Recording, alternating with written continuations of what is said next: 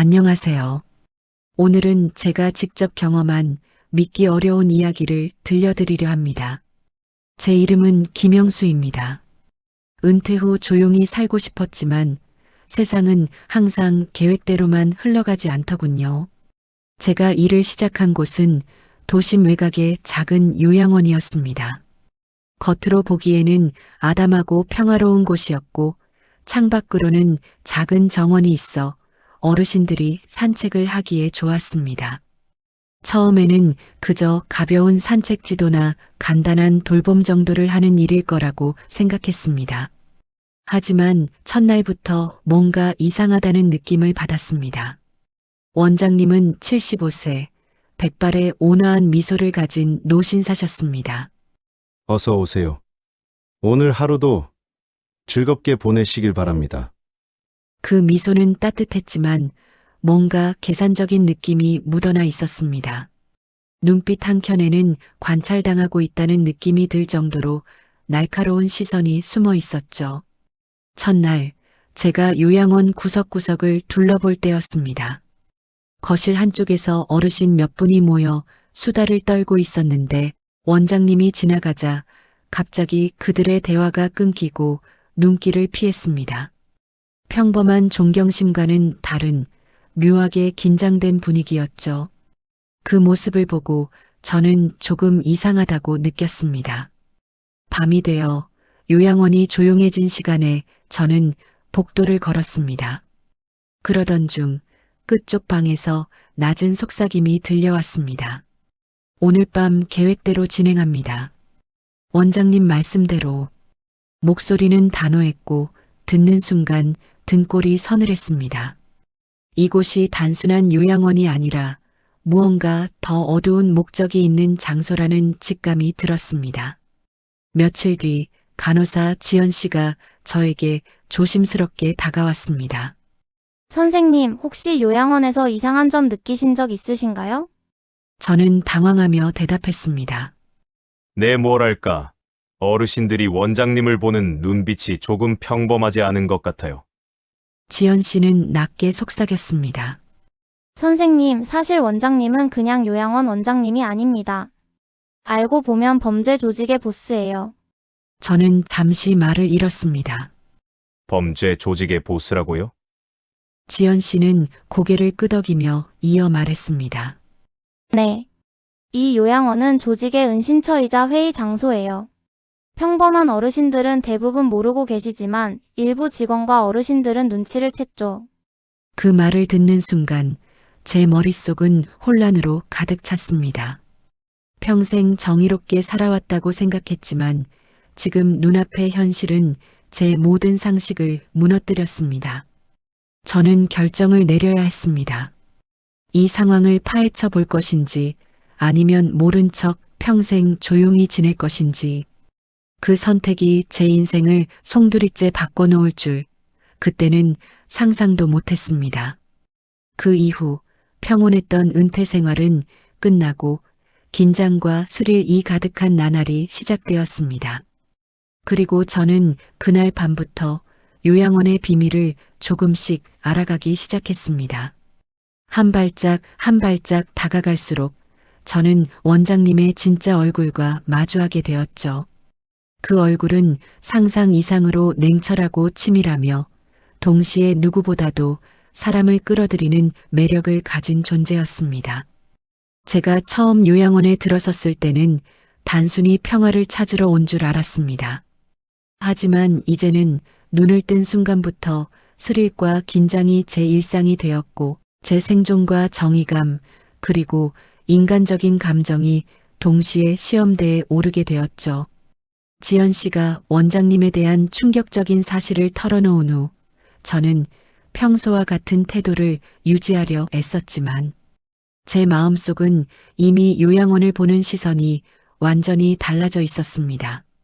다음 날 아침 저는 일부러 평소보다 일찍 요양원에 도착했습니다. 아직 어르신들의 아침 식사 시간이 되지 않아 복도에는 은은한 불빛만이 켜져 있었습니다. 그런데 문득 이상한 소리가 들렸습니다. 철컥. 문 여닫는 소리보다 훨씬 무겁고 단단한 금고를 여는 소리 같은 금속 마찰음이었습니다. 저는 숨을 삼키며 소리나는 방향을 바라보았습니다. 요양원 한가운데 위치한 원장실. 평소에는 절대 밤이나 이른 아침에 불이 켜져 있지 않는 곳입니다. 그런데 문틈 아래로 희미한 불빛이 새어나오고 있었습니다. 저는 슬며시 다가가 귀를 대보았습니다. 이번 달 자금은 여기 보관해. 절대 밖으로 빼지 마.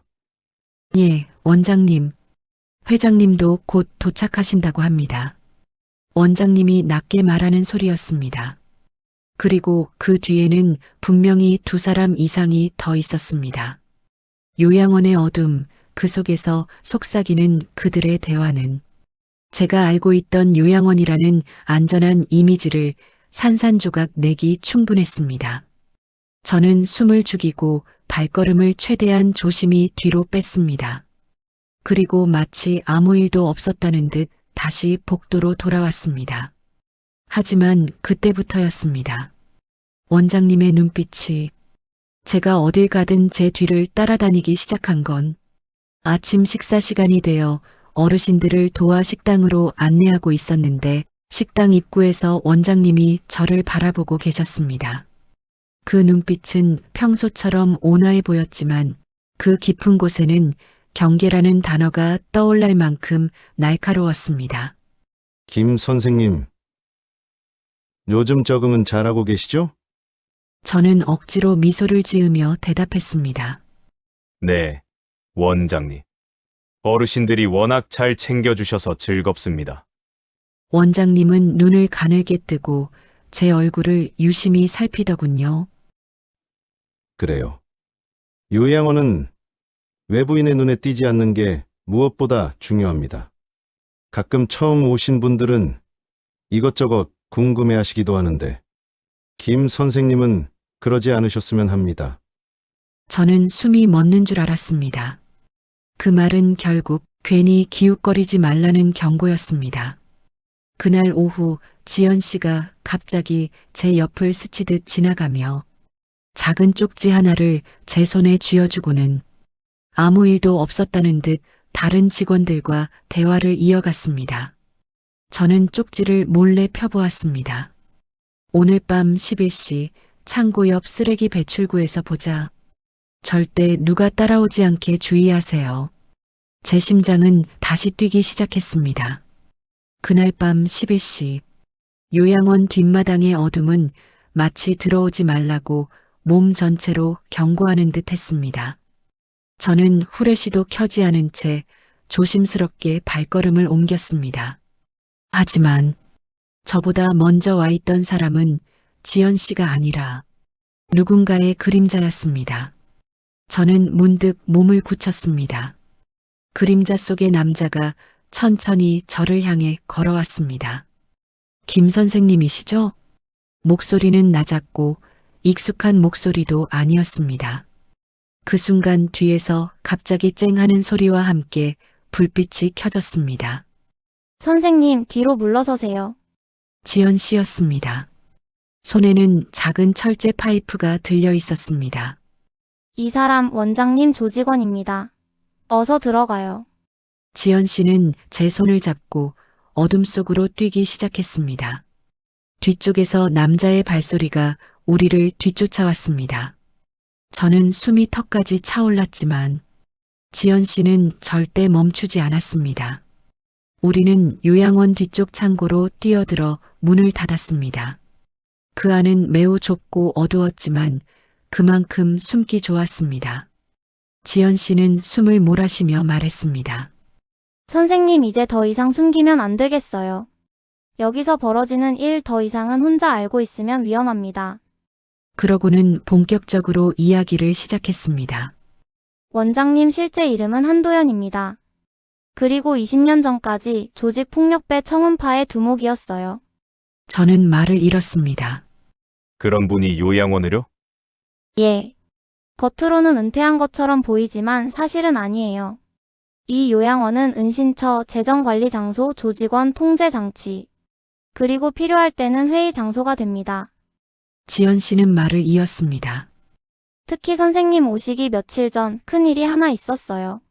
그 뒤로 원장님이 사람들을 의심하기 시작했죠. 그래서 나까지 감시하는 건가요? 네. 원장님에게는 사람을 단번에 파악하는 눈이 있거든요.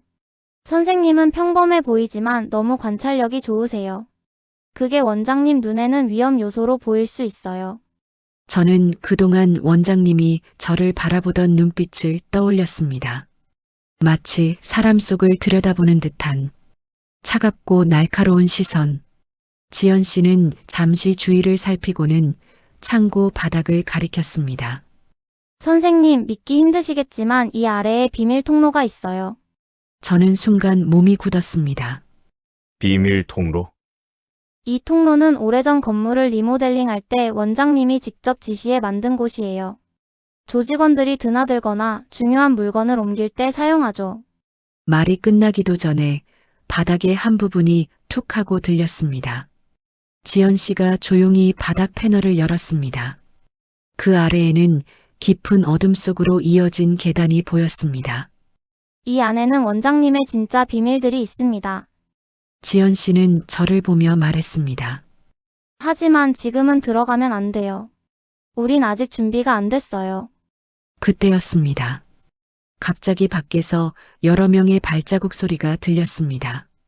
여기 주변에 있다. 찾아. 우리는 숨을 들이마셨습니다. 지연 씨는 제 손을 꼭 붙잡고 속삭였습니다. 선생님, 이제 정말 조심하셔야 합니다. 원장님은 이미 선생님을 의심하기 시작했어요. 그 말이 끝나자마자 창고 문이 천천히 흔들리기 시작했습니다. 문 밖의 그림자가 움직였습니다. 누군가가 문고리를 잡고 돌리기 시작했습니다. 안에 누구 있나? 낮고 굵은 목소리, 분명 조직원의 목소리였습니다. 지연 씨는 제 어깨를 누르며 흘끗 눈짓했습니다. 숨으세요. 절대 움직이지 마세요. 그녀는 조용히 창고 한가운데로 나가더니 일부러 발로 상자를 건드려 소리가 나도록 했습니다. 누구야? 문이 벌컥 열렸고 2명의 남성이 들어왔습니다. 지연 씨, 뭐 하세요 여기서?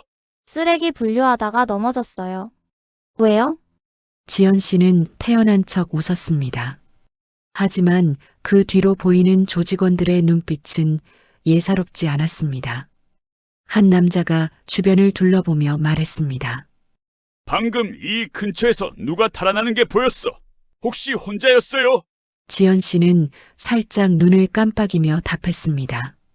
그랬다면 제가 봤겠죠? 조직원 둘은 서로 눈빛을 주고받고 나가려 했지만 문득 한 남자가 다시 고개를 돌려 창고 안쪽을 바라보았습니다. 잠깐만, 저쪽 문은 왜 열렸어? 비밀 통로 쪽 바닥 패널의 틈이 아주 조금 열린 것이 보였던 겁니다. 제 심장은 미친 듯이 뛰기 시작했습니다. 지연 씨는 최대한 자연스럽게 앞으로 걸어갔습니다. 아, 이거요? 아까 청소하면서 발로 잘못 건드렸어요. 이거 원래 잘 덜컥거려요. 오래된 창고라. 그녀의 말은 거짓이었지만 목소리는 단단했습니다. 조직원은 잠시 그녀를 노려보았습니다. 원장님이 요즘 예민한 거 알죠? 지연 씨 같은 사람도 잘못하면 곤란해질 수 있어요. 그 말에는 분명 위협이 담겨 있었습니다. 저는 숨을 삼키며 창고 안쪽에서 미동도 하지 않았습니다. 잠시의 침묵 끝에 조직원 둘은 결국 문을 닫고 떠났습니다. 문이 닫혔을 때 저는 바닥에 주저앉고 말았습니다. 숨이 턱 막힐 만큼 긴장했기 때문입니다. 지연 씨도 긴 숨을 내쉬며 말했습니다. 선생님, 이제 우리가 해야 할 일은 하나예요. 이 요양원의 비밀을 밖으로 알리는 겁니다. 그리고 그 순간 저는 알 수 있었습니다.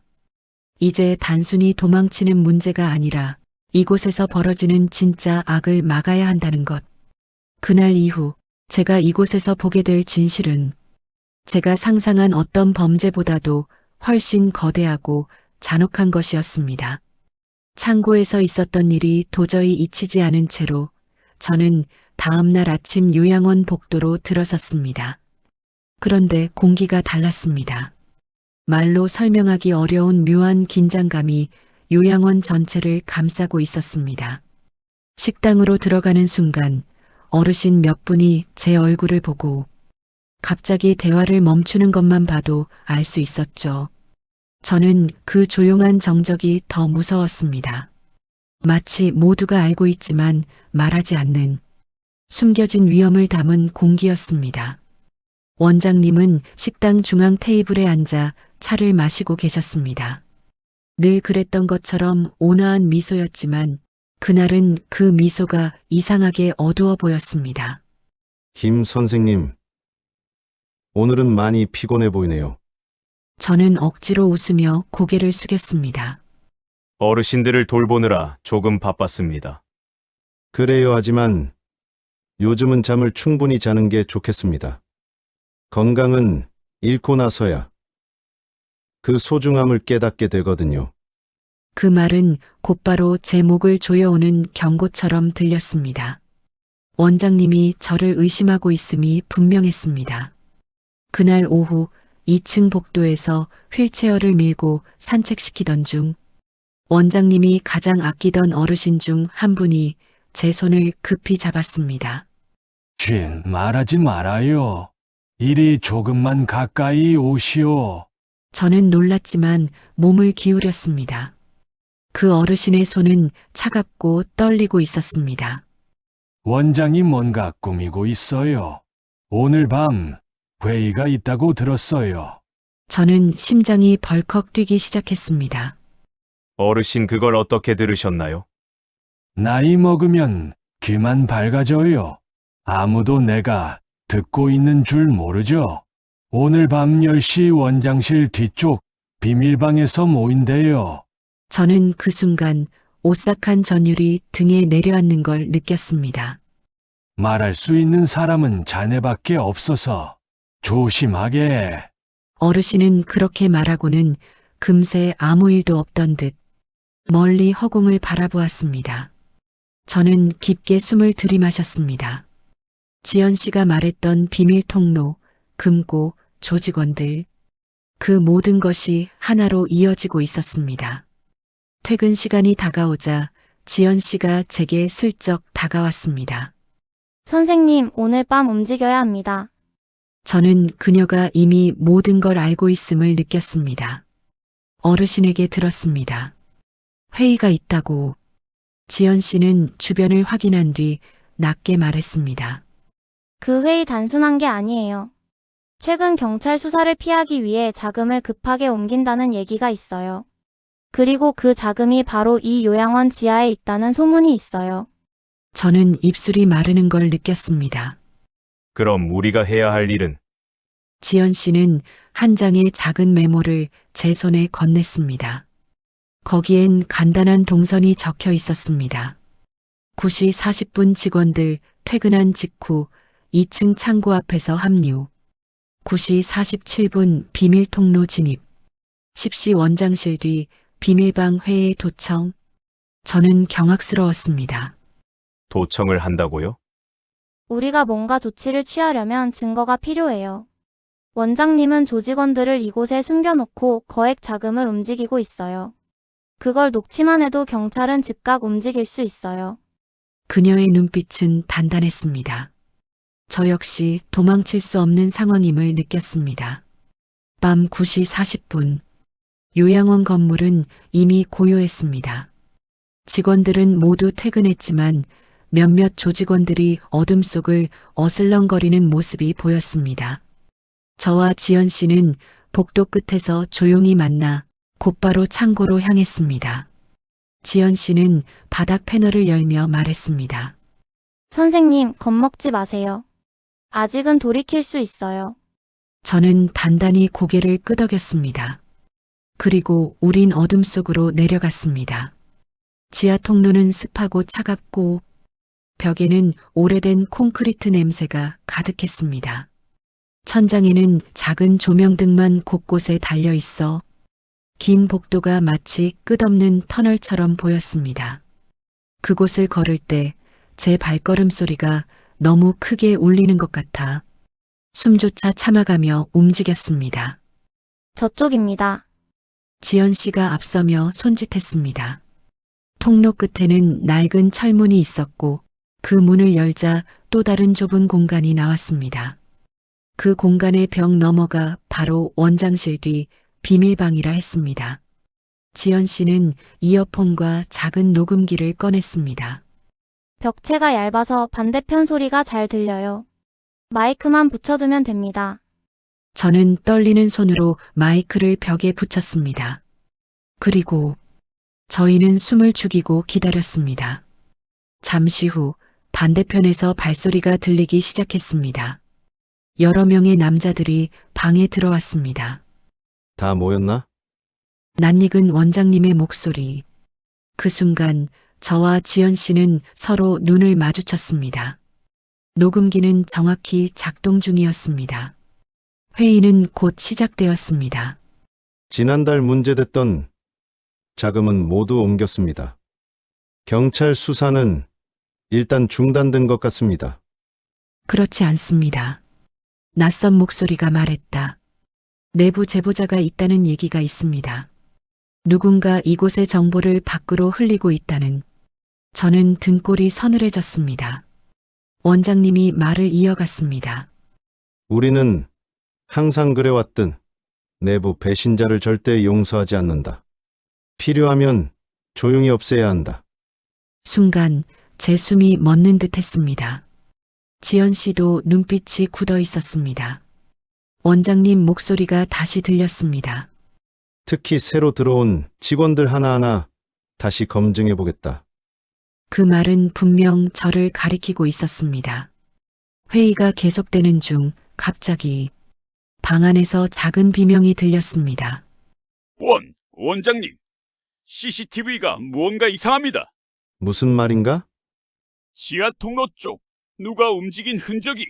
저는 그 말에 전신이 얼음처럼 굳었습니다. 지연 씨도 마치 피가 모두 빠져나간 듯한 얼굴이었습니다. 그리고 원장님의 날카로운 목소리가 들렸습니다. 모두 문 밖으로 나가라. 지하로 내려가는 모든 통로를 확인해라. 오늘 반드시 잡아야 한다. 지하 통로의 불빛이 갑자기 켜졌습니다. 저희는 급히 후레쉬를 끄고 통로 옆의 그림자 속으로 몸을 숨겼습니다. 머지않아 여러 명의 발걸음이 울림과 함께 터널을 가득 채웠습니다. 여기 흔적 있어. 누가 지나갔어. 빨리 찾아. 원장님 말 못 들었어. 오늘 반드시 잡으라고 했잖아. 그들의 목소리는 점점 가까워져 왔습니다. 저는 숨도 제대로 쉴 수 없었습니다. 그 순간 한 걸음, 또 한 걸음, 조직원 한 명이 거의 제 앞에까지 다가왔습니다. 그의 손에는 손전등이 들려 있었고 조금만 움직이면 저는 바로 들킬 상황이었습니다. 그때였습니다. 야, 저쪽에 발자국이 있다. 멀리서 들리는 다른 조직원의 목소리. 그는 욕을 내뱉고 반대 방향으로 뛰어갔습니다. 그 틈에 지연 씨가 제 손을 잡아 반대편 작은 문으로 이끌었습니다. 숨막히는 추격 속에서 우리는 가까스로 통로의 마지막 문을 열고 빠져나왔습니다. 문이 닫히는 순간 복도 전체에 조직원들의 고함이 울렸습니다. 여기다. 누가 방금 지나갔어. 저희는 거의 기어가다시피 계단으로 올라갔습니다. 지하에서 1층, 2층, 그리고 아무도 출입하지 않는 3층으로. 3층은 오래전에 폐쇄된 공간이라 거의 아무도 오지 않는 곳이었습니다. 우리는 그곳으로 숨어들어 마지막 힘으로 숨을 고르며 몸을 웅크렸습니다. 하하, 선생님 괜찮아요? 지연 씨의 목소리도 떨리고 있었습니다. 저는 간신히 고개를 끄덕였습니다. 그 순간 아래층에서 들려오는 원장님의 목소리가 복도를 울렸습니다. 반드시 찾아라. 오늘 밤 절대 이 요양원에서 한 사람도 빠져나가지 못하게 해라. 저는 그 말의 의미를 정확히 이해했습니다. 오늘 밤 원장님은 몸을 숨긴 이들을 정리하려 하고 있었습니다. 그리고 그 대상에는 저와 지연 씨가 포함되어 있었습니다. 3층의 창고 안에서 지연 씨는 작은 손전등을 켜더니 놀라운 것을 보여주었습니다. 선생님 이거 보세요. 벽장 안에는 수십 개의 상자들이 가득 쌓여 있었고 그 안에는 통장 묶음, 금괴, 해외 송금 내역, 문서 뭉치, 조직원 명단, 요양원이 단순한 은신처가 아니라 거대한 범죄 자금의 저장고이자 핵심 본부라는 증거들이 산처럼 쌓여 있었습니다. 저는 손이 떨렸습니다. 이걸 경찰에 넘기면 네.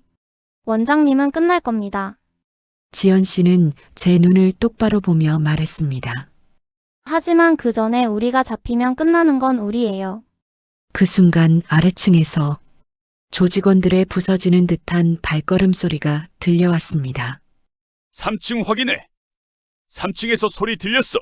지연 씨가 제 손을 잡고 말했습니다. 선생님 이제 선택해야 합니다.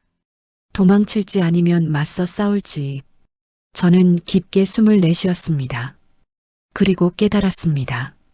지금 이 순간 제가 도망친다면 이 요양원 속 다른 직원들, 어르신들 모두 원장님 손에 계속 잡혀 살아야 합니다. 그래서 저는 고개를 들고 말했습니다. 이제 도망치지 않겠습니다. 끝까지 갑시다. 지연 씨의 눈빛에 단단한 의지가 반짝였습니다. 좋아요. 그럼 이제 마지막 승부를 준비하죠. 그리고 저희는 3층의 문을 천천히 열었습니다. 조직원들의 발소리가 점점 가까워지고 있었습니다. 그날 밤의 일 이후 저는 단 한순간도 마음이 편할 수 없었습니다. 요양원에는 평소와 같은 잔잔한 음악이 흘렀지만 그 속에서는 마치 누군가의 숨소리가 숨어 있는 듯한 묘한 긴장감이 계속 감돌았습니다. 원장님은 유난히 조용했습니다. 하지만 그 침묵이 더 무서웠습니다. 복도를 지나다가 제가 고개를 들자 원장님과 눈이 마주쳤습니다. 그분의 표정은 변함없이 온화했지만 눈빛은 달랐습니다. 어젯밤 잘 주무셨습니까? 한도연, 즉 원장님이 저를 향해 천천히 물었습니다. 그 한 문장은 어젯밤 너의 움직임을 알고 있다는 암시처럼 느껴졌습니다. 저는 억지로 미소를 지으며 대답했습니다. 예, 원장님 덕분에 편히 쉬었습니다. 그는 고개를 끄덕이며 다시 서류를 보러 돌아갔습니다. 하지만 저는 알고 있었습니다. 그가 제 뒷모습까지 뚫어지게 보고 있다는 것을. 며칠 후 80대 중반의 어르신 한 분이 저를 부르셨습니다. 항상 조용하고 점잖으셨던 박 여사님이었죠. 김 선생 잠깐 얘기 좀 해요. 저는 그녀를 도와 정원 벤치에 앉혔습니다. 그녀는 주변을 살피더니 낮은 목소리로 말했습니다. 원장님 조심해요. 예, 그분 원래 그런 분 아니에요. 여기 오는 사람들 몇몇은 그냥 사라졌어요. 그냥 나갔다고들 하지만 난 알아요. 그녀는 손을 꼭 쥐고 말을 이어갔습니다. 어젯밤에 창고 근처에서 누가 뛰는 소리 있었죠? 원장님 사람들 움직이던데 선생도 그 근처 있지 않았어요? 저는 온몸이 굳었습니다. 어르신, 그걸 어떻게? 내가 본 게 있어요. 이곳은 평범한 요양원이 아니에요. 그러니까 조심해요. 그녀의 눈빛에는 두려움이 가득했고 그 속에서 정말 많은 것을 알고 있는 사람의 표정이 읽혔습니다. 그녀가 의식을 잃은 적이 3번이나 있고 그때마다 원장님이 직접 병실을 비우게 했던 사실이 떠올랐습니다.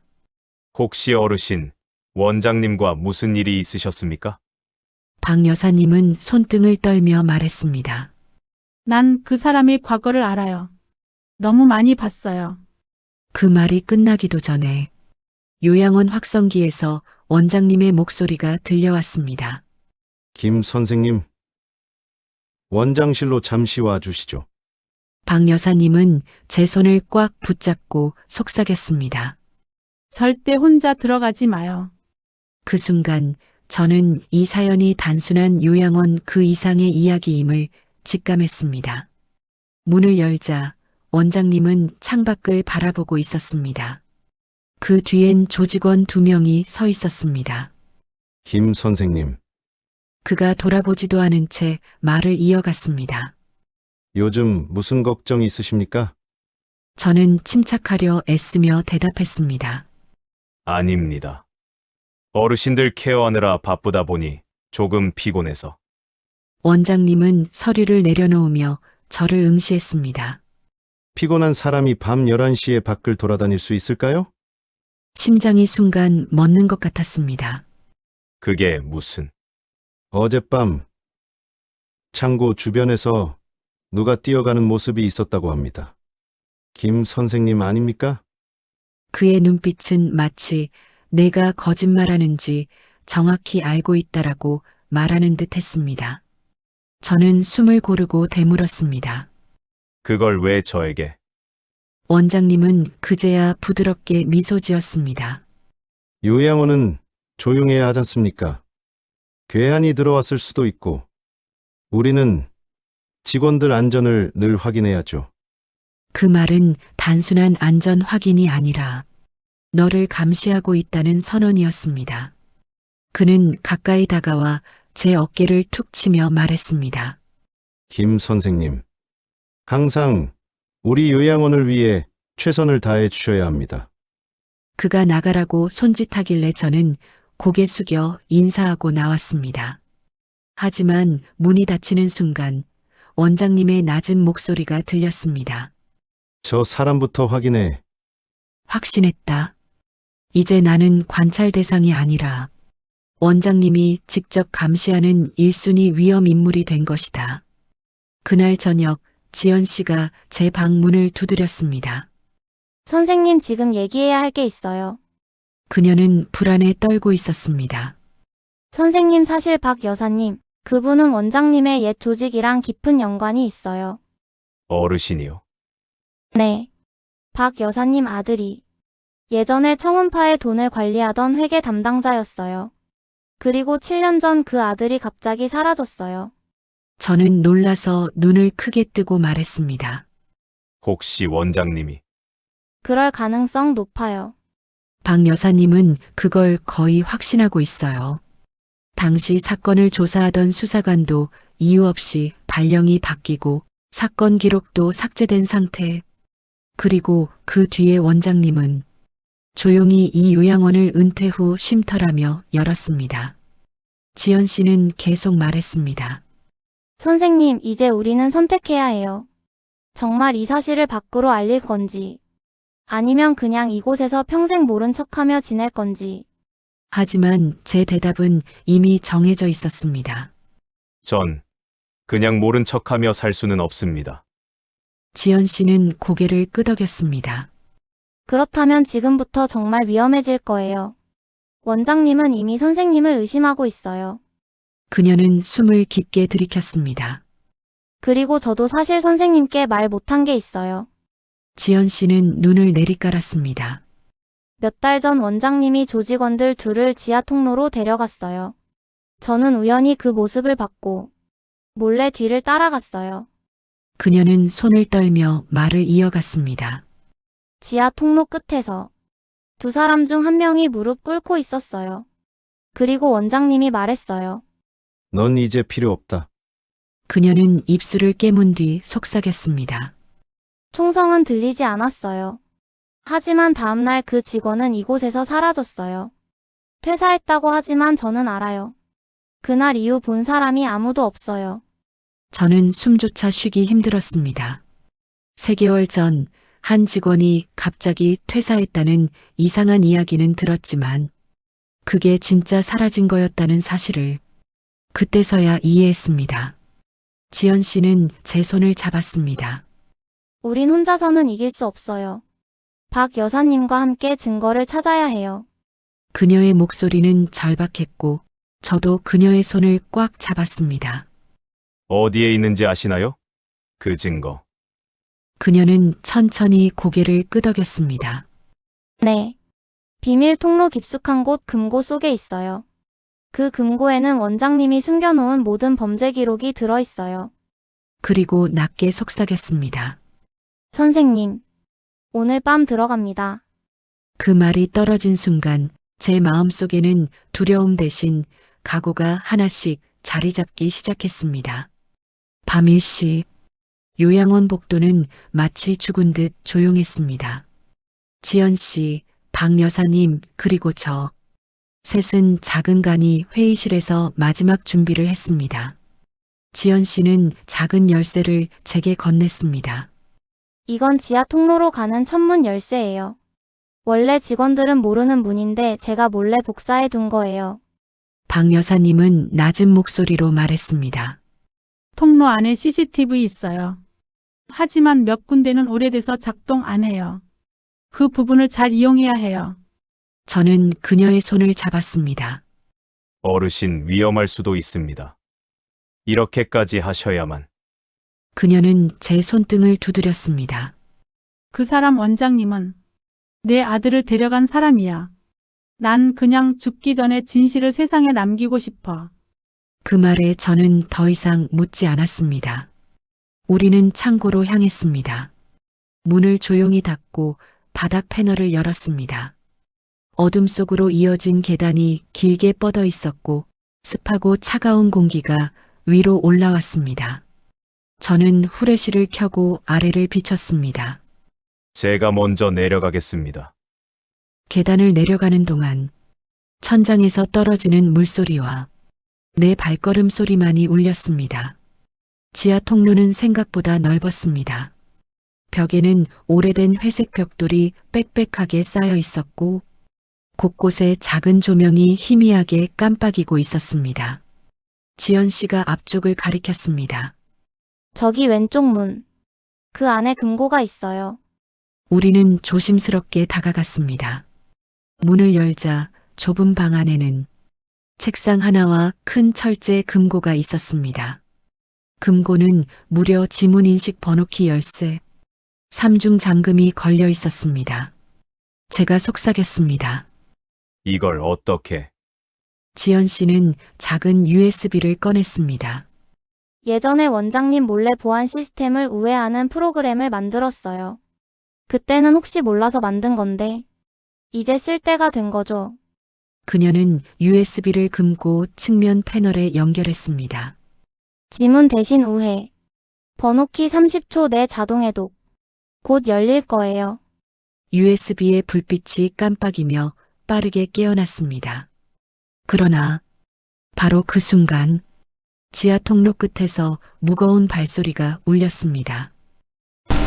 박 여사님이 제 팔을 붙잡았습니다. 누군가 내려온다. 그리고 그 목소리, 여기서 무슨 일이 벌어지고 있는 거지? 원장님의 목소리였습니다. 지연 씨가 속삭였습니다. 선생님, 금고 10초 남았어요. 절대 도망치면 안 돼요. 제 심장은 폭발할 듯 뛰었습니다. 원장님은 점점 가까워지고 있었습니다. 발소리가 콘크리트 바닥을 강하게 울리며 마치 짐승이 먹잇감을 향해 걸어오듯 느리고 무겁게 다가왔습니다. 금고 패널에 불이 들어왔습니다. 지문 우회 성공, 번호 해독 성공, 잠금 해제 진행 중. 지연 씨가 저를 보며 속삭였습니다. 열려요, 곧 열려요. 그녀는 손으로 금고 문을 잡았습니다. 그러나 바로 그때 통로 끝에서 그림자가 하나 나타났습니다. 그리고 그 뒤로 2명, 3명, 다수의 조직원이 원장님을 따라 걸어오고 있었습니다. 원장님의 얼굴에는 평소의 온화한 미소가 아닌 잔혹한 냉기가 서려 있었습니다. 김 선생, 여기서 뭐 하고 계셨습니까? 그는 천천히 다가오며 서늘한 목소리로 말했습니다. 숨기지 마세요. 말할 기회를 드릴 테니. 지연 씨는 제게 눈짓했습니다. 금고를 열고 증거를 들고 달아나세요. 그녀는 손을 미세하게 떨고 있었지만 눈빛만은 확고했습니다. 원장님이 점점 가까워지며 말했습니다. 내가 가장 싫어하는 건 내 뒤를 캐는 사람입니다. 그가 손을 뻗어 다가오던 그때 철컥 금고가 열렸습니다. 지연 씨가 외쳤습니다. 선생님, 지금이에요. 꺼내세요. 저는 금고 안으로 손을 넣었습니다. 그 안에는 두꺼운 서류 뭉치, 불법 자금 내역, 사라진 사람들 기록, 그리고 박 여사님 아들의 신분증과 사진. 저는 그걸 움켜쥐었습니다. 원장님이 손을 뻗으며 소리쳤습니다. 잡아. 지하 통로 전체가 울렸습니다. 그리고 저는 생각할 시간도 없이 비밀 통로 깊숙한 어둠 속으로 뛰기 시작했습니다. 창고 문이 닫히고 조직원들이 사라진 직후 저와 지연 씨는 그 어두운 공간에서 한동안 말없이 서 있었습니다. 그 침묵 속에서 저는 제 심장이 뛰는 소리를 또렷하게 들을 수 있었습니다. 지연 씨가 낮게 말했습니다. 선생님, 더는 시간을 끌 수 없어요. 원장님이 선생님을 의심하기 시작하면 진짜 위험해져요. 저는 침을 삼키며 물었습니다. 그러면 우린 어떻게 해야 하죠? 지연 씨는 조심스럽게 창고 바닥의 비밀 통로를 다시 열었습니다. 검은 구덩이처럼 보이는 그곳에서 차가운 바람이 올라왔습니다. 오늘은 못 들어가요. 대신 제가 원장님 회의 일정을 알려드릴 거예요. 회의 일정이요. 네. 모레 새벽 2시. 원장님이 중앙부라고 부르는 핵심 조직원들이 모여요. 그 회의에서 큰 건이 결정돼요. 저는 그 말에 숨을 멈췄습니다. 우리가 그걸 알아야 하는 이유는요. 지연 씨의 눈빛이 흔들렸습니다. 그 회의에서 선생님 이야기가 나올 겁니다. 저는 등골이 서늘하게 식어내렸습니다. 제 이야기가요? 네. 원장님이 선생님에 대해 조사하라고 지시했어요. 선생님이 예전에 하시던 일들, 가족관계, 어디서 누구를 만났는지까지. 저는 말문이 막혔습니다. 저는 평범한 퇴직자일 뿐이었는데 그들이 저를 이렇게까지 의심할 이유가 없었습니다. 그런데 지연 씨가 이어서 한 말이 이 모든 상황을 완전히 뒤바꿔 놓았습니다. 선생님, 사실 원장님은 선생님을 처음 본 날부터 익숙한 느낌이 든다고 말했어요. 저를요? 원장님이 과거에 잃어버린 조직의 문서를 선생님이 가지고 있다고 생각해요. 저는 충격으로 굳어버렸습니다. 저는 그런 거 모릅니다. 아무것도. 그러자 지연 씨가 조용히 말했습니다. 저도 그렇게 생각해요. 하지만 원장님은 절대 의심을 버리는 사람이 아닙니다. 그 말은 곧 원장님이 결국 저를 제거할 것이라는 뜻이었습니다. 그때였습니다. 창고 바깥쪽에서 갑자기 삐익하는 경보음이 울렸습니다. 지연 씨의 얼굴이 창백해졌습니다. 선생님, 들켰어요. 창고 문을 열자 2명의 조직원이 플래시를 켜고 저희를 향해 뛰어오고 있었습니다. 거기서 멈춰. 저는 지연 씨와 함께 뒤쪽 출구로 도망쳤습니다. 요양원 뒤편은 울창한 나무로 가려진 좁은 산길이었는데 어둠 속에서 발을 헛디딜 때마다 심장이 크게 뛰었습니다. 조직원의 발자국, 그들의 손전등이 어둠을 가르며 뒤를 쫓아왔습니다. 지연아, 저쪽이다. 잡아. 저는 거의 숨이 끊어질 것 같았습니다. 지연 씨가 제 손목을 붙잡고 소리쳤습니다.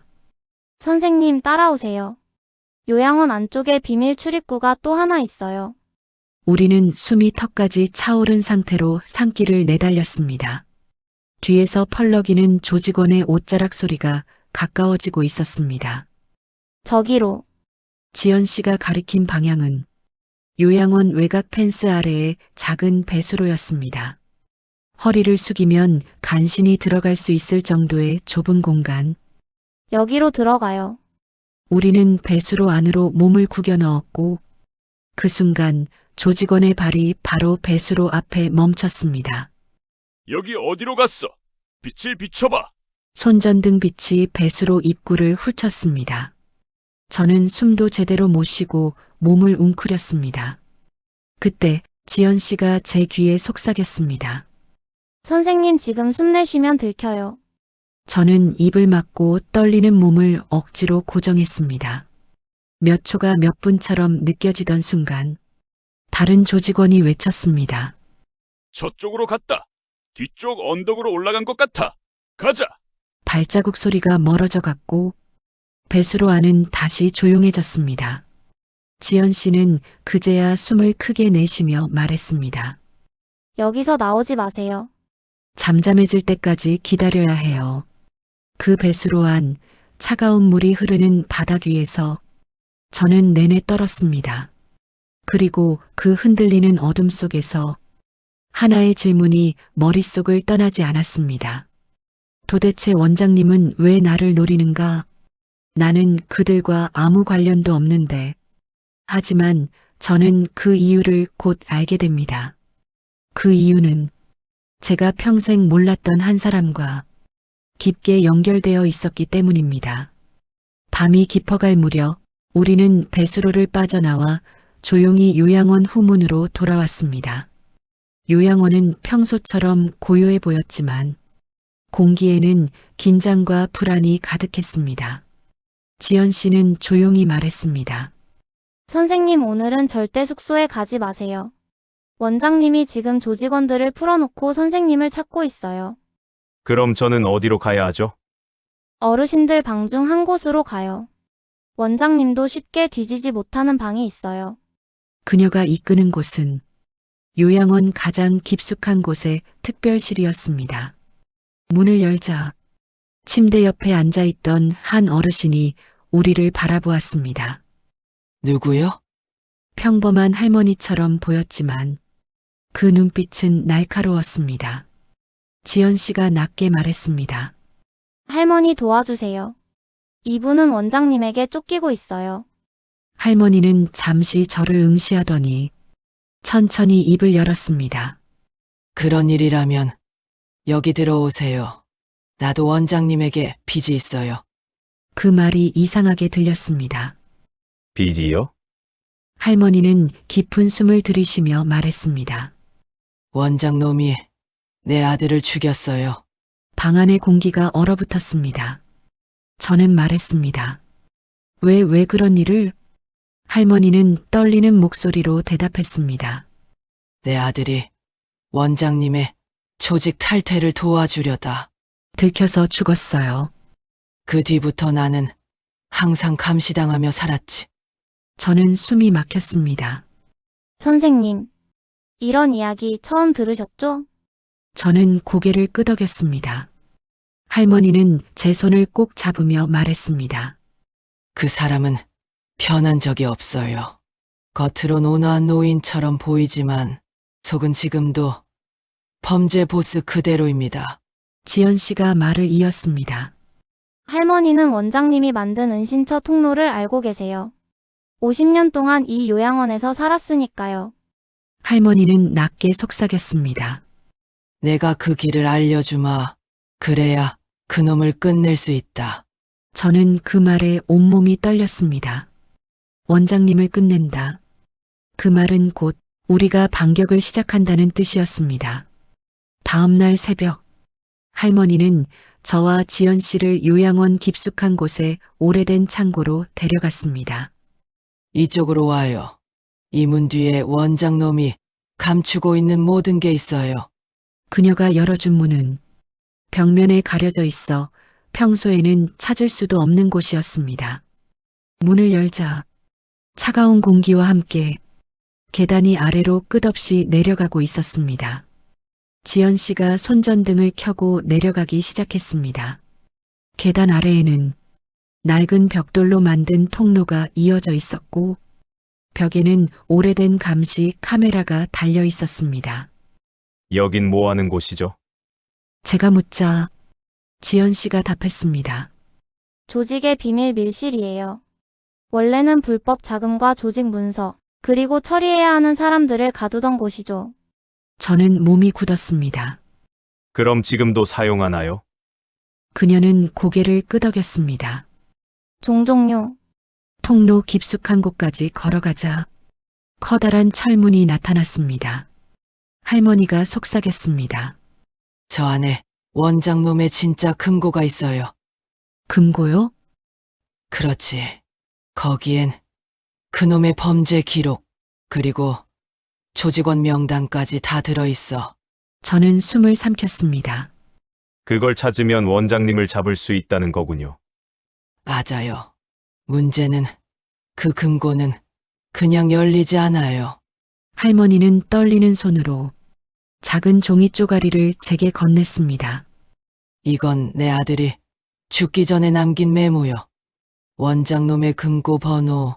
저는 메모를 받아들고 마음이 복잡해졌습니다. 그 순간 통로 뒤쪽에서 갑자기 발자국 소리가 들렸습니다. 지연 씨가 속삭였습니다. 누군가 내려온다. 할머니가 제 손을 잡고 말했습니다. 선생님, 이제 선택하세요. 도망치든지 아니면 그 금고를 열고 원장놈을 끝내든지. 저는 메모를 꽉 쥐며 말했습니다. 끝내야죠. 지연 씨가 저를 바라보며 미소 없이 대답했습니다. 그렇죠. 선생님 이제 정말 뒤로 돌아갈 수 없습니다. 그러고는 철문 옆에 금속 손잡이를 잡아 열기 시작했습니다. 철문이 천천히 무겁게 어둠 속으로 열려갔습니다. 그리고 그 안에서 우리가 상상도 못했던 것들이 기다리고 있었습니다. 그날 밤 저는 숨을 죽이고 요양원 지하 통로로 향했습니다. 지연 씨가 미리 알려준 경로를 따라 내려가자 차가운 공기가 온몸을 감쌌습니다. 손전등 불빛에 비친 벽에는 오래된 페인트가 벗겨진 흔적과 먼지가 쌓인 문서함들이 눈에 들어왔습니다. 선생님 조심하세요. 여기는 원장님의 개인 공간이에요.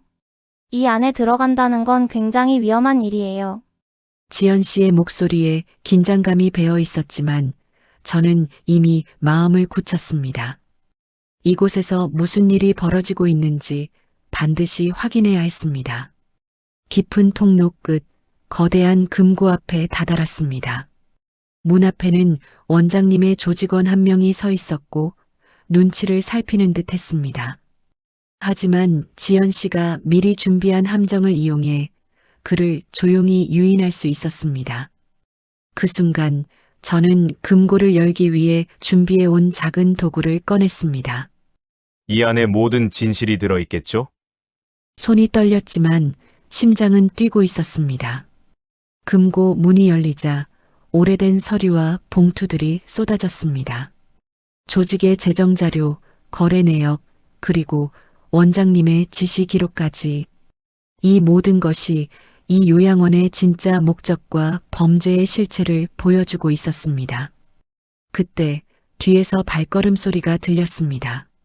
김 선생, 돌아보니 원장님이었습니다. 그 온화한 미소 뒤에는 여전히 냉철함이 숨어 있었습니다. 왜 여기 있지? 그 목소리는 낮고 부드러웠지만 그 속에는 칼날 같은 긴장감이 서려 있었습니다. 원장님, 저는 이제 더 이상 숨길 수 없습니다. 여기서 벌어지는 모든 일을 알았습니다.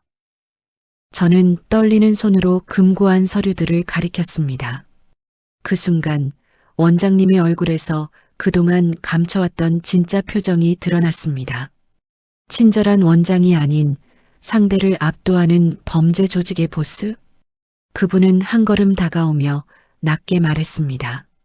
그걸 보고도 살아서 나갈 수 있을 것 같나? 하지만 저는 이미 모든 준비를 마친 상태였습니다. 손에 쥔 작은 송신기 버튼을 살짝 눌렀습니다. 아니요, 원장님. 제가 살아서 나갈 수 있는지, 그건 이미 결정된 일입니다. 순간 요양원 곳곳에서 발걸음 소리가 울렸습니다. 문이 거칠게 열리며 경찰 특수팀이 일제히 들어왔습니다.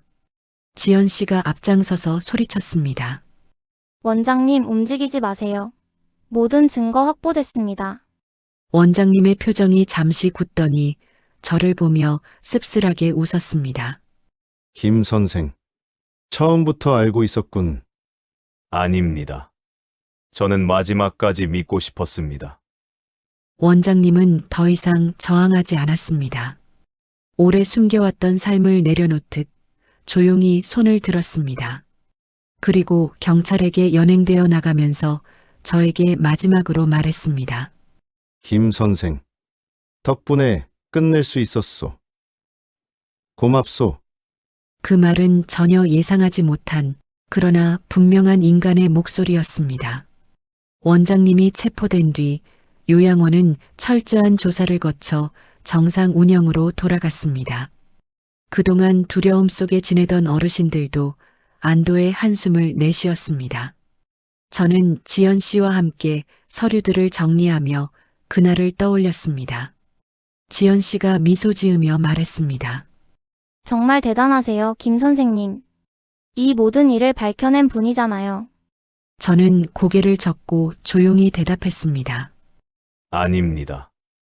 누군가 옳은 일을 해야 할 뿐이죠. 그렇게 요양원은 다시 평범한 일상으로 돌아왔습니다. 하지만 저는 압니다.